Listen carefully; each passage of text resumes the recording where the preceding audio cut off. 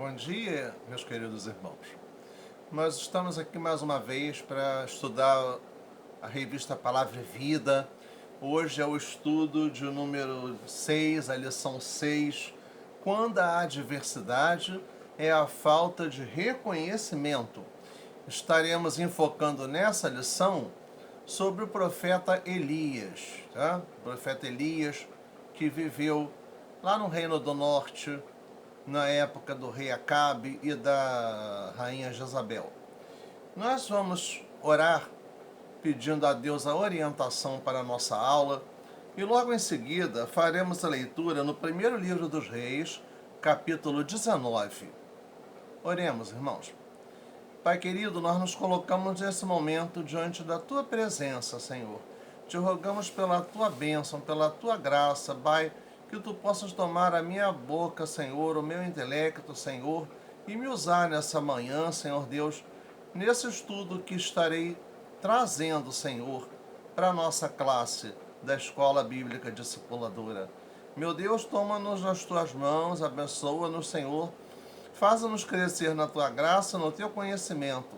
Usa, meu Pai, me instrua, Senhor, na condução desse estudo, Senhor, que o Teu Espírito possa falar através da minha boca. Toma-nos nas Tuas mãos, ó Deus. Toma a nossa classe, toma a nossa igreja nas Tuas mãos, ó Pai, em nome de Jesus. Amém. Quando a adversidade é a falta de reconhecimento.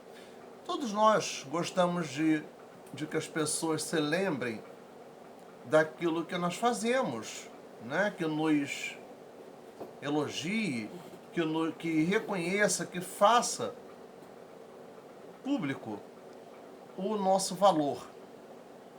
Porém, nem sempre isso se sucede. Então, o que seria a adversidade? Nós já estivemos falando em outras aulas anteriores, em várias outras aulas anteriores, sobre o tema adversidade. E na nossa revista nos diz o seguinte, que a adversidade significa contratempo, obstáculo, dificuldade, infelicidade na vida, e é um acontecimento inoportuno. E a falta de reconhecimento, o que é?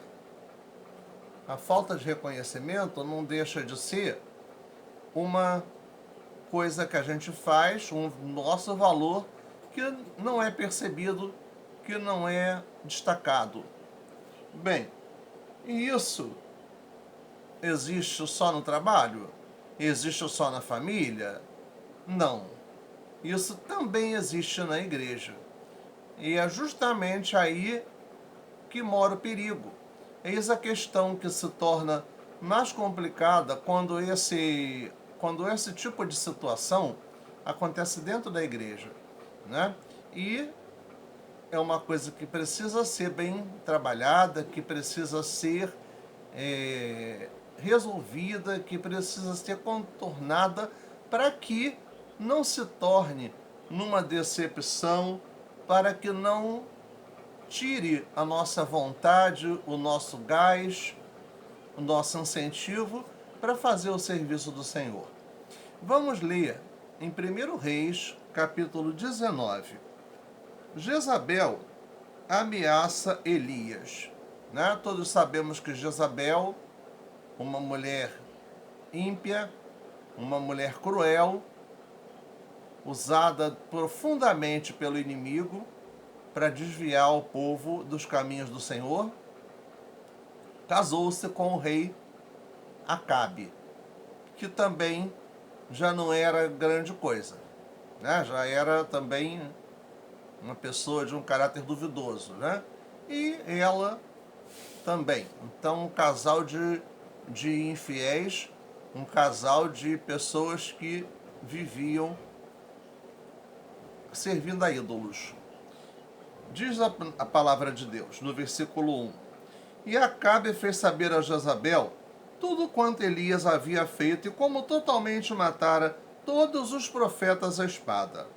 Então Jezabel mandou um mensageiro a Elias a dizer-lhe: assim me façam os deuses, e outro tanto, se der certo amanhã, a estas horas, não pusera a tua vida como a de um deles. O que, vendo ele, se levantou e, para escapar com vida, se foi e veio a Berseba, que é de Judá, e deixou ali o seu moço. E ele se foi ao deserto, caminho de um dia, e veio e se assentou debaixo de um zimbro, e pediu em seu ânimo a morte, e disse: Já basta, ó Senhor, toma agora a minha vida, pois não sou melhor do que meus pais. E deitou-se e dormiu debaixo de um zimbro.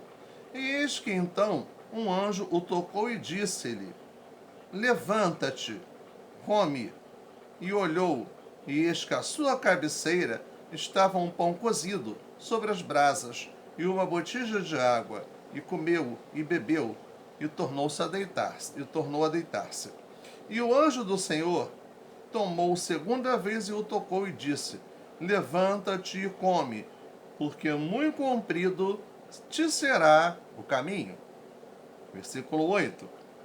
Levantou-se, pois, e comeu e bebeu, e com a força daquela comida caminhou 40 dias e 40 noites até Horebe, o monte de Deus.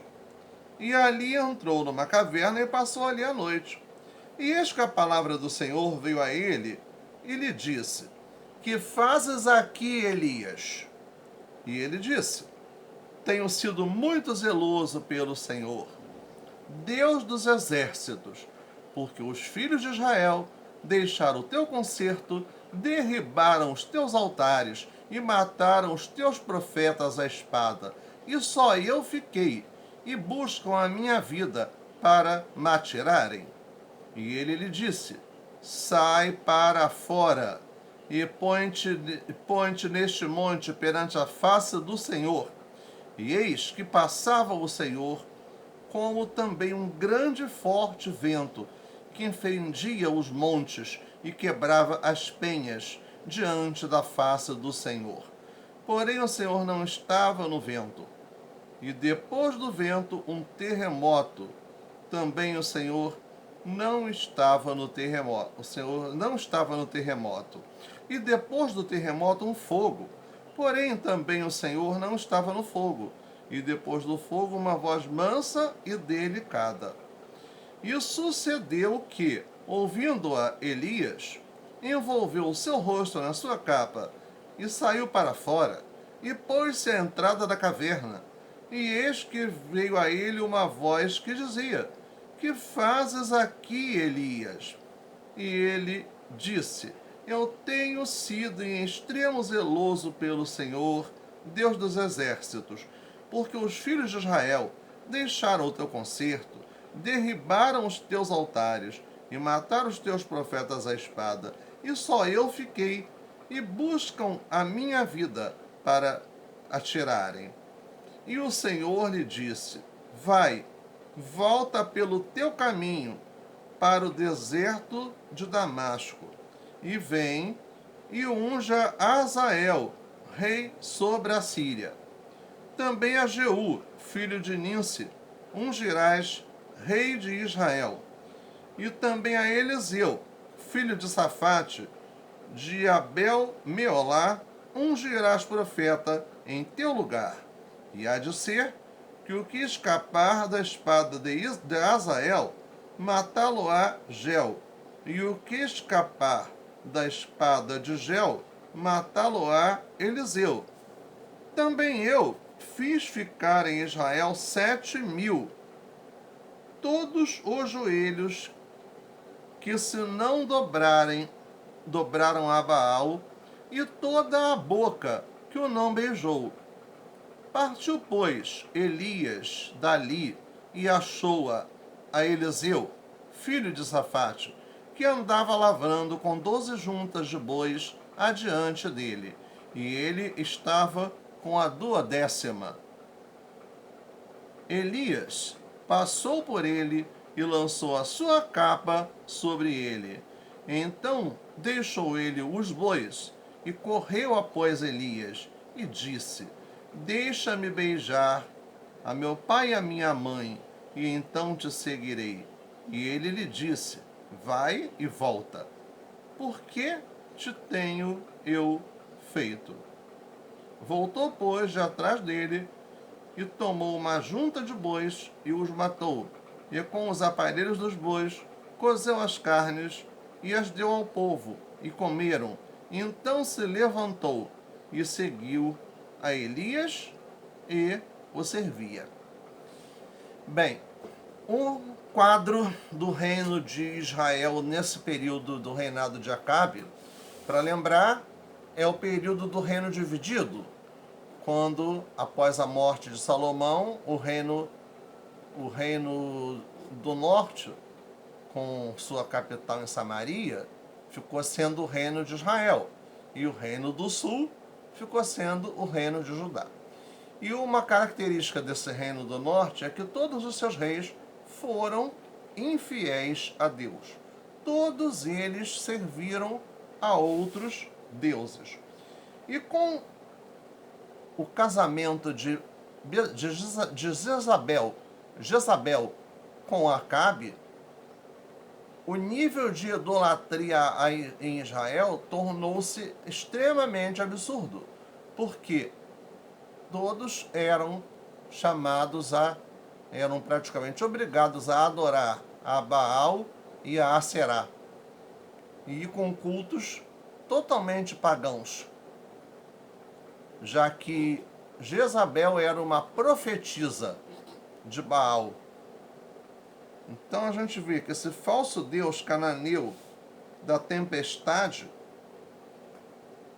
da chuva e da fertilidade era adorado por todo o reino. E Elias foi convocado por Deus para confrontar a idolatria do povo de Israel. Um reino idólatra, um profeta de Deus num reino idólatra. O rei Acabe está lá em 1 Reis 16, 29 a 30, que fala: E Acabe, filho de Onri, começou a reinar sobre Israel no ano 38º de Asa, rei de Judá. E reinou Acabe, filho de Onri, sobre Israel, em Samaria, 22 anos. E fez o que era mal aos olhos do Senhor. O que era mal aos olhos do Senhor foi se curvar diante de outros deuses. Foi praticar a idolatria. Bem, é bom lembrar que Acabe deu continuidade à obra do seu pai, Onri, que também foi um rei sanguinário, tá? E que não tinha piedade do povo, que um rei tirano que oprimiu também o povo. Lembrando aqui que Onri construiu Samaria, tornando-a capital do reino do norte de Israel. Foi o rei mais perverso daquela época. Mais perverso do que ele foi quem? O seu filho, Acabe.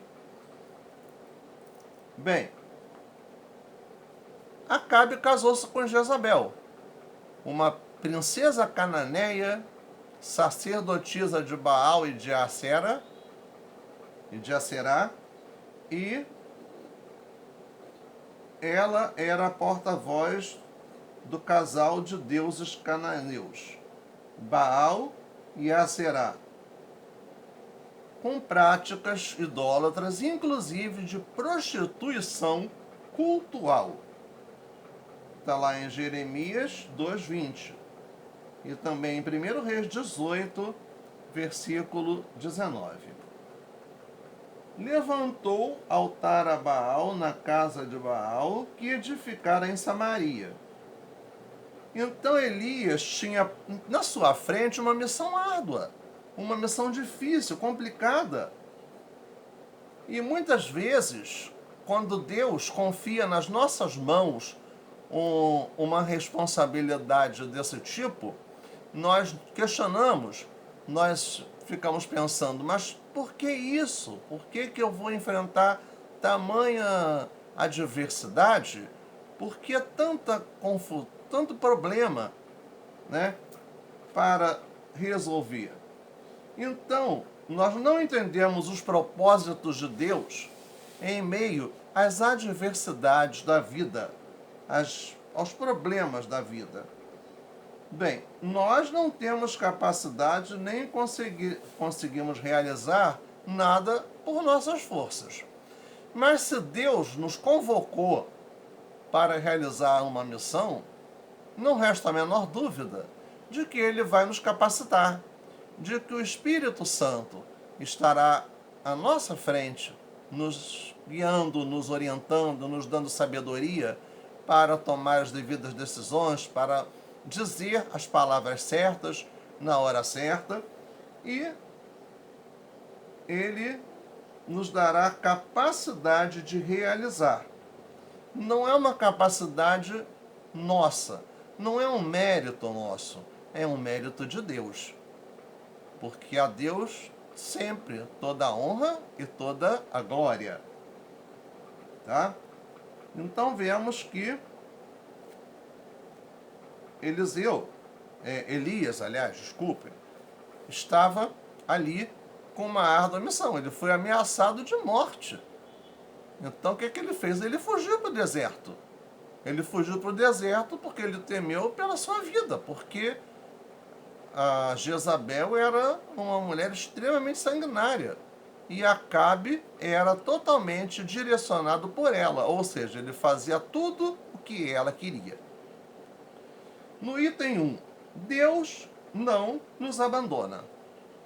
Se Elias tivesse ficado em Samaria, ele seria morto. Com certeza ele seria morto, né?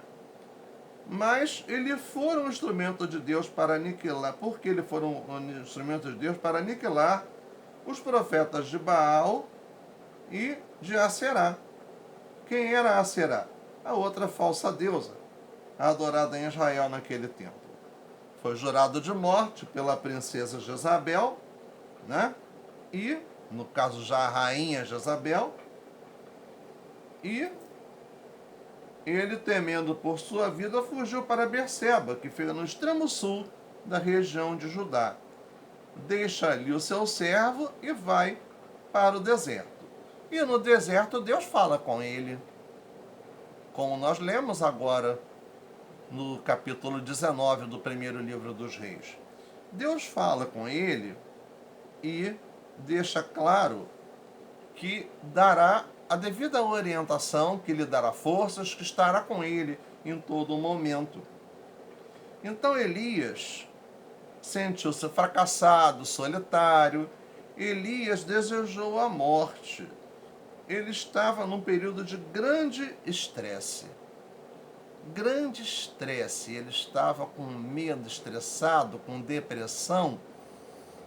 E será que todos os problemas psíquicos pelos quais nós passamos têm origem espiritual?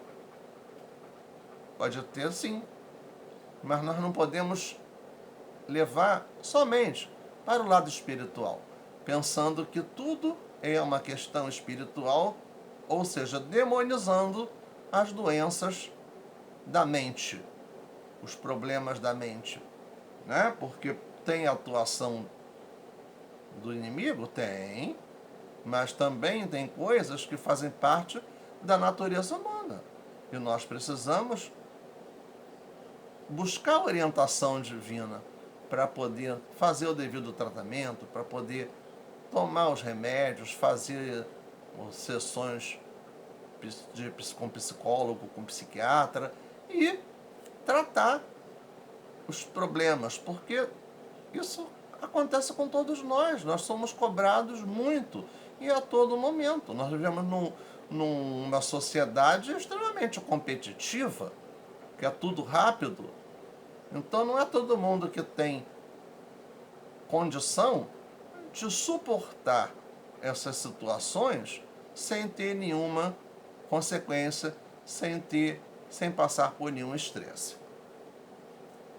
Bem, todos nós sentimos essa situação, mas nós temos o Consolador, nós temos o Espírito Santo. Então nós temos que estar orando para que Deus esteja atuando na nossa vida. Deus não ficou irado com Elias, nem foi severo com ele, pois Deus o conhecia muito bem. o Senhor esteve em todo o tempo presente, cuidando de Elias e suprindo todas as suas necessidades. 1 Reis, de 5 a 9, porque ele deitou-se debaixo de um zimbro, teve água, teve comida, ficou protegido, não ficou com fome, porque ele teria uma grande e árdua missão a cumprir. No item 2, com Deus superamos o medo. Elias deixou claro para todo o reino do norte a impotência de Baal, do falso deus Baal, que era atribuído a ele ser o deus da chuva, das tempestades, do fogo. Só que isso aí não significa e não valia nada, porque só o Senhor, o verdadeiro Deus, é capaz de dominar todas as coisas, todas as forças da natureza, de dominar a história. A história é dirigida por Deus. Então nós vemos claramente que Elias não teve medo de enfrentar os 450 profetas de Baal e os 400 de Aserá sozinho. E todos morreram ali naquela batalha. Então o que seria isso? Uma chacina? Estaríamos adorando um Deus sanguinário? Um Deus violento? É óbvio que não. Isso é uma demonstração do poder de Deus, porque as situações ali naquele momento histórico eram resolvidas através de guerras. E aquilo ali não era somente uma situação política ou geopolítica, era também uma situação espiritual, era uma afirmação do poder de Deus, uma demonstração do poder de Deus para todo aquele povo. Bem, nesse meio tempo, a aspiração era restaurar a felicidade, a fidelidade do povo ao Senhor. E isso foi aniquilado diante das ameaças de Jezabel. O desespero ofuscou a fé, fazendo com que Elias fugisse para o deserto, para poder preservar a sua vida. Né? Ele sabia qual era a sua responsabilidade. E sabia também que Deus não o abandonaria em meio a essas adversidades. Porém, o medo falou mais alto. É justamente o que? O nosso lado humano. Nós não somos infalíveis. Nós não somos 100%. Nós somos falhos. Nós temos defeitos, nós temos fraquezas, nós temos medo. E o medo ali acabou tomando a frente da situação de Elias. Na verdade, ele pode até ter experimentado uma crise de pânico. E quando alguém tem crise de pânico, quer se isolar de todos, ficar trancado na sua casa, não sair à rua, não ver e nem falar com ninguém, né? O cuidado pessoal é necessário, mas não pode faltar para nós a confiança em Deus, né? Nós temos que crer que Deus está conosco. Não sabemos plenamente o propósito dessa enfermidade, todavia o futuro nos dirá. A síndrome do pânico, muito comum. E casos mais sérios, quando realmente não tem a presença de Deus, muita gente comete suicídio devido à crise do pânico, ou então fica totalmente fora de si, surtando a todo momento. Então a gente vê que o medo tenta nos roubar a certeza de que Deus está conosco, de pôr em dúvida a atuação, o poder de Deus manifestado na nossa vida, né? Somos falhos, fracos e pensamos muitas vezes não ter condição de realizar o que o Senhor quer de nós. Mas nós não podemos jamais esquecer que o Espírito Santo de Deus está ao nosso lado para nos auxiliar. Basta pedirmos a Ele em oração. Quando diz lá, em Jesus amigo temos, mais chegado que um irmão, Ele manda que levemos tudo a Deus em oração. A oração é um alimento do nosso espírito, juntamente com a leitura, com a meditação na palavra, a oração, o estudo, a meditação da palavra e principalmente a prática da palavra, precisa estar na nossa vida sempre. Nós temos que demonstrar que nós cremos naquele Deus a quem nós servimos. Então, Deus nos capacita, sim. Deus nos dá condições de realizar a obra. Mesmo que a gente se sinta desanimado, cansado, mas Deus está ali, nos dando força. Basta nós termos fé, nós pedirmos, clamar para que Ele atue na nossa vida. A valorização vem de Deus, baseada no versículo 14. É o item número 3. Elias estava se sentindo culpado pela idolatria do povo. Ele achava que ele tinha falhado por não ter conseguido ali levar a palavra e que o povo de Israel aceitasse e não se curvasse diante daqueles falsos deuses Baal e Aserá. Deus cuidou, alimentou e fortaleceu física, emocional e espiritualmente a Elias.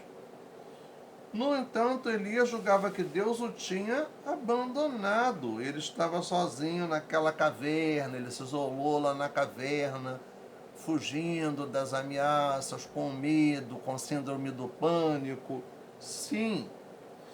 E Elias respondeu: eu tenho sido em extremo zeloso pelo Senhor Deus dos exércitos, porque os filhos de Israel deixaram a tua aliança, derrubaram os teus altares e mataram os teus profetas à espada, e só eu fiquei, e buscam a minha vida para atirarem.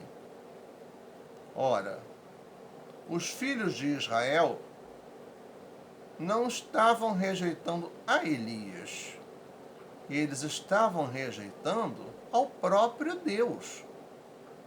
Eles preferiram acreditar num Deus de mentira. Preferiram seguir a onda do que o rei Acabe e a sua esposa, a rainha Jezabel, estavam levando-os a convertê-los ao paganismo da adoração a Baal e a Aserá. E além de haver a prática da prostituição nesses cultos a esses deuses, também havia sacrifício de vidas humanas, principalmente sacrifício de crianças, para agradar a Baal. Então, vemos que não é uma coisa simples, não é tão pequenininho, é uma situação muito séria. Então ele estava inconformado. Elias esperava receber honra e reconhecimento pela obra realizada. Porém, para sua surpresa, recebia agora ameaças de morte, e isso o entristeceu profundamente. Ainda hoje é assim. Muitos trabalham na obra do Senhor objetivando glória pessoal, esquecendo-se que a glória pertence somente a Deus. Ou então as pessoas sentem-se desvalorizadas, porque trabalha, faz a obra, mas nunca tem o seu valor reconhecido. E isso é muito perigoso, irmãos. Isso a gente tem que ter discernimento para não causar decepção, para não nos afastar da palavra de Deus, dos caminhos de Deus e da igreja. Bem, o maior conforto para um servo fiel é ter a convicção de ter servido fielmente ao Senhor e tirado pessoas das trevas espirituais. Né? Esse é então o maior legado de quando a gente faz a obra do Senhor. Porque a glória é para Deus, não é para nós. O escritor Max Lucado narra a história de um casal de missionários que, quando comemoravam 18 anos de casados, foram feitos reféns pelo terrorista Osama Bin Laden. Eles passaram 100 dias no cativeiro, mantido por Osama Bin Laden, o famoso terrorista da organização Al-Qaeda. Bem, eles acharam que eles poderiam nem sair vivos. O que eles disseram? Nós talvez não saiamos dessa selva vivos, disse Martin, mas pelo menos podemos deixar este mundo servindo ao Senhor com felicidade. Eles não perderam a sua fé. Eles estavam ali ameaçados de morte a qualquer momento, mas eles não perderam a sua fé.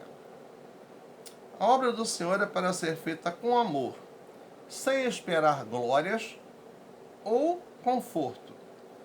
A recompensa não é humana, a recompensa é divina e virá na eternidade. Aí vocês me diriam, mas é só na eternidade, irmãos? É óbvio que não.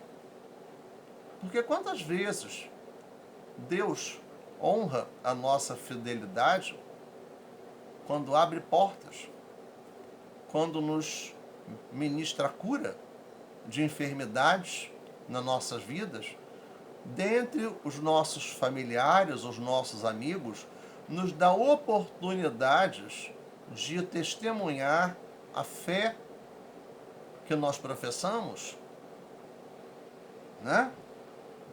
Nem sempre veremos no trabalho cristão os resultados imediatamente. Nós não podemos nos sentir desvalorizados ou deduzirmos que o que fizemos não teve a sua devida importância. O tempo e o modo de agir de Deus não são iguais aos nossos. Eis aí uma questão que eu sempre tenho falado nas nossas aulas. O tempo de Deus não é o nosso tempo. Por isso é que a gente tem que sempre ter também a perseverança, saber esperar no Senhor. Façamos a obra, irmão, sempre com excelência, que os resultados aparecerão com certeza, independente de vê-los ou não. O filósofo Mário Sérgio Cortella, que está sendo citado aqui na nossa lição, foi citado, né, pelo músico João Alexandre com as seguintes palavras do Mário Sérgio Cortella, um filósofo, um dos grandes nomes da educação brasileira na atualidade. O que ele diz? A excelência é fazer melhor o que eu posso com aquilo que eu tenho, até que eu possa ter ferramentas melhores para fazer melhor aquilo que eu já faço. É assim, isso até a palavra faz. É assim que Deus trabalha e é assim que Ele espera que o façamos também.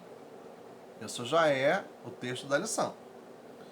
Acontece que só Deus já possui essa excelência plena em si mesmo, mas ainda assim espera até encontrar entre nós as ferramentas melhores para usar e fazer sua obra perfeita prevalecer. Para Deus, nós temos que fazer sempre o melhor de nós. Nós somos essas ferramentas. As mãos, a boca de Deus somos nós, seus servos. Nós não possuímos essa excelência plena em nós. Sim, não possuímos. Nós temos uma natureza pecaminosa, nós temos uma natureza falha. Mas, irmãos, nós temos que buscar em Deus o nosso crescimento. Paulo fala isso.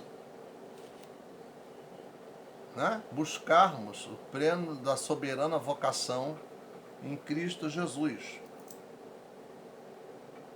Então, o crescimento jamais, devemos buscar em Deus o crescimento, jamais considerando que uma grande vitória obtida, como a de Elias, lá no Monte Carmelo, seja o máximo a que podemos chegar.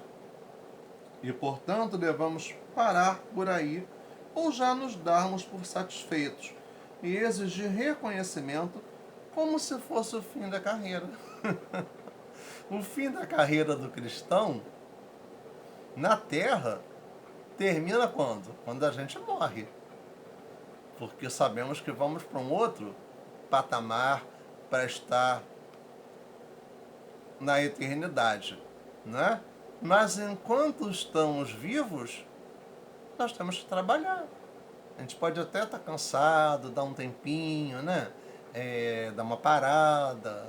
Nós temos a idade chega, vem as limitações do corpo. Mas sempre há uma forma de servirmos ao Senhor. Né? Então, o máximo, o clímax para nós é o quê?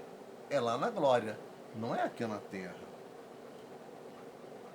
E não podemos nos dar por satisfeitos. Eu vou me aposentar como professor da escola bíblica discipuladora.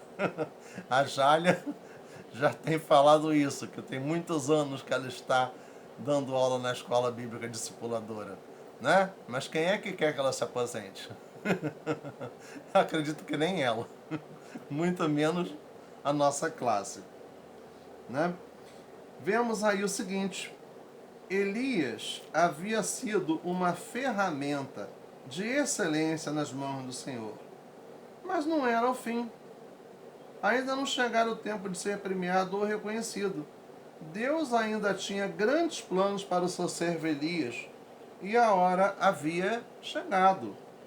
Mesmo em meio às incertezas do profeta, ele não fora rejeitado por Deus. Antes teve uma nova incumbência, que lhe permitiu ver que o propósito divino era mais amplo do que somente a derrota do falso deus Baal. Ele estava ali também, já orientado por Deus, preparando a sua sucessão, aquele que daria continuidade ao seu trabalho, que foi o profeta Eliseu.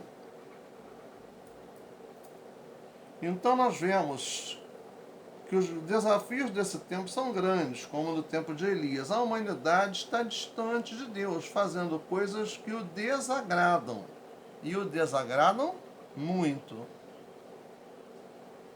Com a pandemia vieram novos desafios.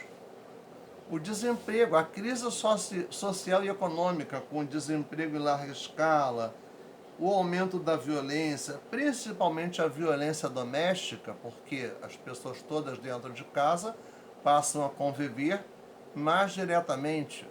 A violência doméstica, que é uma coisa muito séria, que não deve ser rotina nos lares cristãos. Não deve ser, mas em alguns é. Infelizmente, em alguns é. Visões distorcidas do que é o papel do homem dentro da família. Vemos também o medo, a solidão, o sentimento de desvalorização. Nós precisamos buscar em Deus o consolo e o encorajamento necessário para vivermos nesse caos, todo esse caos, e vencermos tudo isso. A pandemia nos veio trazer um agravamento desses problemas. Ela não fez surgir esses problemas. Eles se tornaram mais presentes. Porém, irmãos, nós temos que ter a nossa vida na mão de Deus, né? Nos diz, no hino 344, né? Deus cuidará de ti, né? Tem um hino lá com uma música evangélica que diz: Deus cuida de mim, eu não estou sozinho, pois Deus cuida de mim. Deus cuida de mim, Deus cuida de você, Deus cuida de todos nós.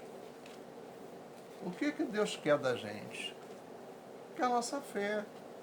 Ele quer a nossa fidelidade. Ele quer a nossa adoração, nosso louvor, nosso serviço. Né? Diz: aflito e triste o coração, Deus cuidará de ti. Por ti opera a sua mão e cuidará de ti. Deus cuidará de ti, em cada dia proverá. Sim, cuidará de ti, Deus cuidará de ti. E Ele cuida. Nós temos que crer. Crer significa acreditar, significa incorporar na nossa mente essa ideia, significa externar o que a gente crê, das nossas palavras, das nossas atitudes. Crer tem esses âmbitos, tem esses desdobramentos. Nós temos que crer, irmãos. Hoje, irmãos, estaremos votando para prefeitos e vereadores. Estejamos, irmãos, fazendo isso com todo cuidado, pedindo a orientação a Deus, para que nós tomemos essa decisão. É muito importante. Tá? Vamos continuar em oração pelo nosso país, em oração pela nossa classe, pela nossa igreja, naqueles propósitos que eu já venho colocando aqui diante de vocês durante todas as nossas aulas. Oremos então. Pai querido, muito obrigado pela aula que pudemos ter. Muito obrigado, meu Deus, porque a tua graça, a tua bênção puderam se fazer presente entre nós. Ó Pai de amor, dá-nos tua direção, Senhor. Dá-nos sabedoria. Dá-nos, ó Deus, a tua unção para que a gente possa fazer a tua vontade, sempre, a cada dia, a cada momento, meu Deus. Ó Deus, sendo luz onde quer que estejamos, ó Deus. Abrindo portas, ó Deus. Fazendo uma ponte entre todos aqueles que convivemos e a tua graça e o teu conhecimento. Toma-nos nas tuas mãos, meu Deus. Recebe a nossa oração, meu Pai. Toma, Deus, o nosso país nas tuas mãos, a nossa classe, a nossa igreja. Toma, Deus, as nossas famílias, os nossos amigos, Senhor, os nossos vizinhos. Meu Deus, tem misericórdia de todos nós, ó Pai. Ministra cura, meu Deus. Abre portas de emprego, Senhor Deus. Provenha, Senhor, as necessidades do teu povo a cada dia, Senhor. Nós cremos em Ti, nós cremos em Teu poder, meu Deus. Em nome de Jesus. Amém.